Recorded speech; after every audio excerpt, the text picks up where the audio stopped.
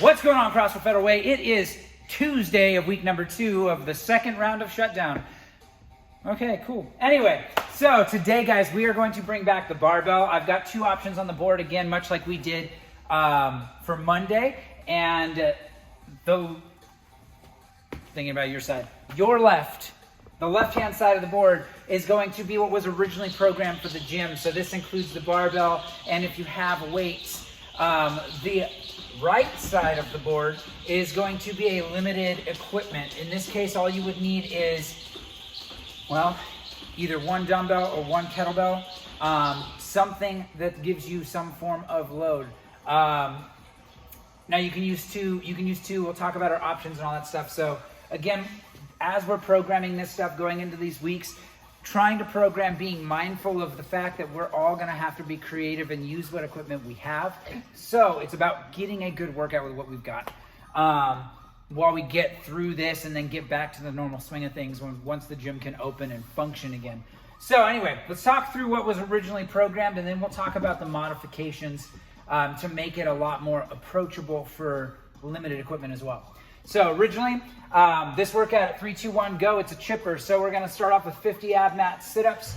We then go to 10 clean and jerks, 185 pounds for guys and 125 pounds for the ladies. We then do 25 toes to bar. And then we're gonna lower the weight on the clean and jerks. We're gonna up the reps. We're doing 20 clean and jerks, 155, 105 on that. Then 50 AbMat Sit-Ups again.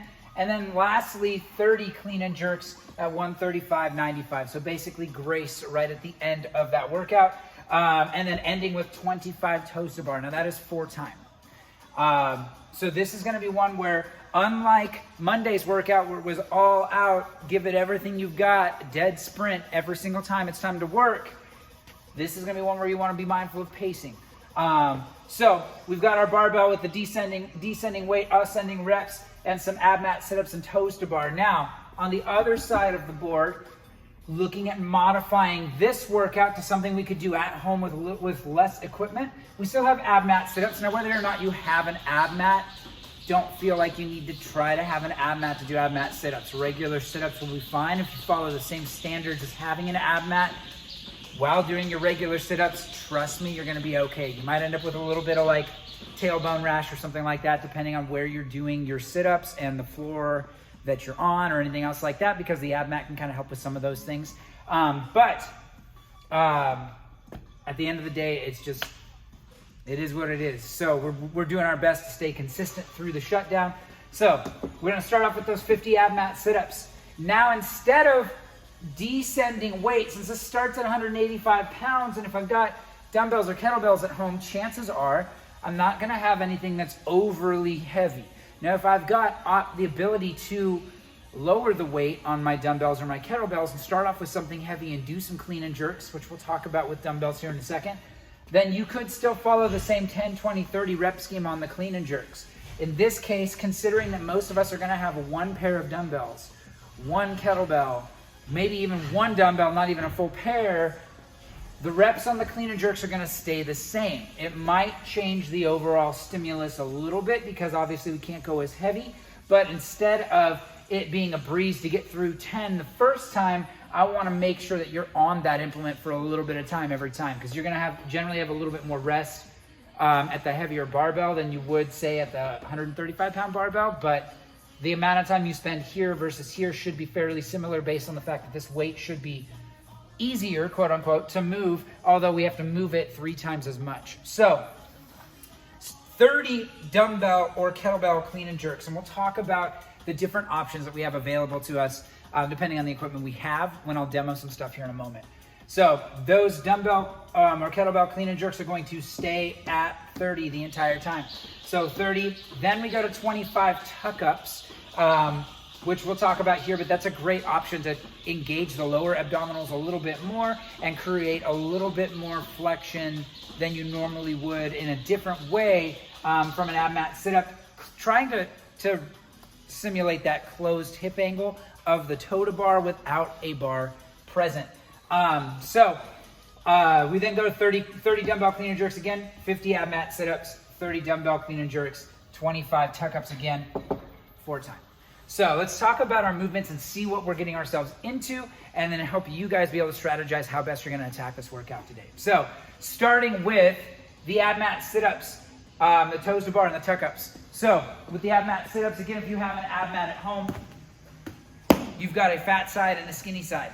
The fat side is the side that is closest to your body when you're using this. So that bad boy sits on the floor. I'm gonna sit down and scoot that AbMat up right to where my butt meets the floor and butterfly my knees out. So the soles of my feet are together. I'm gonna come down over the AbMat. Hands touch the ground. I'm then sitting up and touching my toes. Every single time I touch the floor, every time I touch my toes. What we're looking for is that your shoulders are stacked over your hips at the top of that AbMat sit-up. So instead of reaching for my toes or trying to barely touch my feet, and you can see this angle where my shoulders are way behind my hips, this isn't a full sit-up. So even if you feel like I'm touching my feet, I'm doing the thing, not quite there yet, go a little further forward, touch your toes. Now my shoulders are over my hips, that's full range of motion, that's what we're shooting. All right, so now that we've talked about AbMat sit-ups, let's go ahead and talk about our tuck-ups. I won't actually need the AbMat this time. This time, hands and feet start on the ground. Hands at your side, feet are flat. What I'm gonna do for a tuck-up is I am bending my knees. It's similar to a V-up. We've done these before. I think we did some last week. We're only a week into this and everything's already blending together for me. So I'm gonna sit up and I'm gonna reach for my heels. I'm bending my knees and bringing those to my chest. So from here, I'm tucking up and coming right back down. Again, simulating that same movement as a toe to bar, where I'm gonna be bringing my knees to my chest and then I kick the bar that I'm holding. So simulating that same motion without actually having a pull-up bar and still mixing it up from just doing more sit-ups.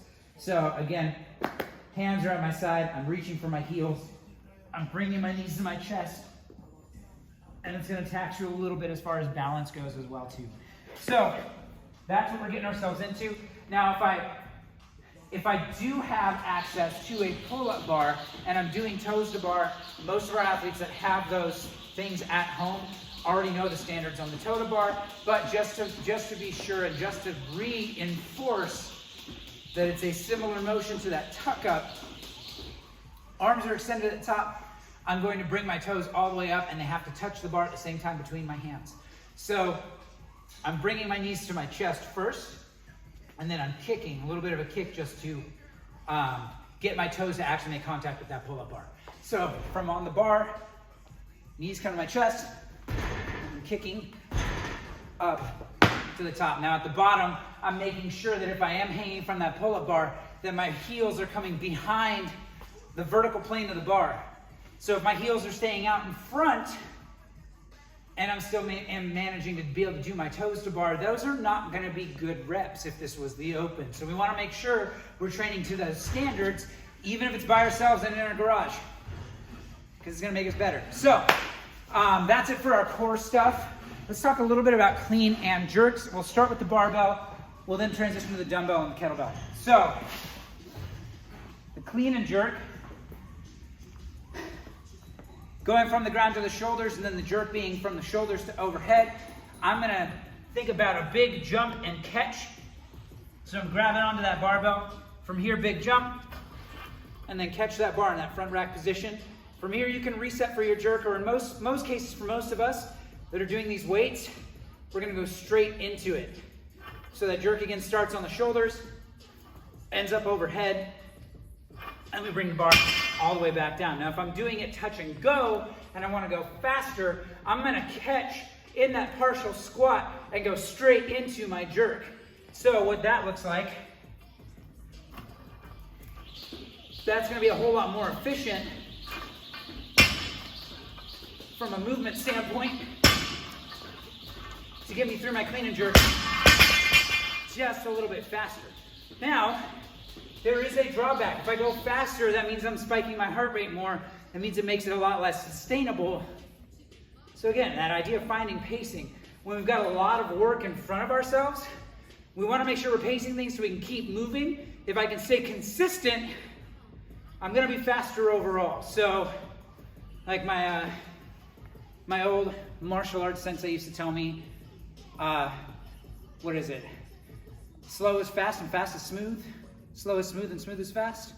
Heck if I know, I don't know. But either way, consistency, finding a rhythm and being able to maintain that generally equates to more success when we're talking about a chipper workout or something where I've got a lot of work in front of me. So now let's talk about dumbbell and kettlebell if I'm doing these for my clean and jerks. Now if I have a pair of dumbbells, I can absolutely do this with a pair of dumbbells. The way that it's gonna start, now much like the dumbbell cleans we did on Monday last week, just the leading head of the dumbbell has to touch the ground. So I'm gonna jump up, catch in a front rack, jerk those dumbbells overhead.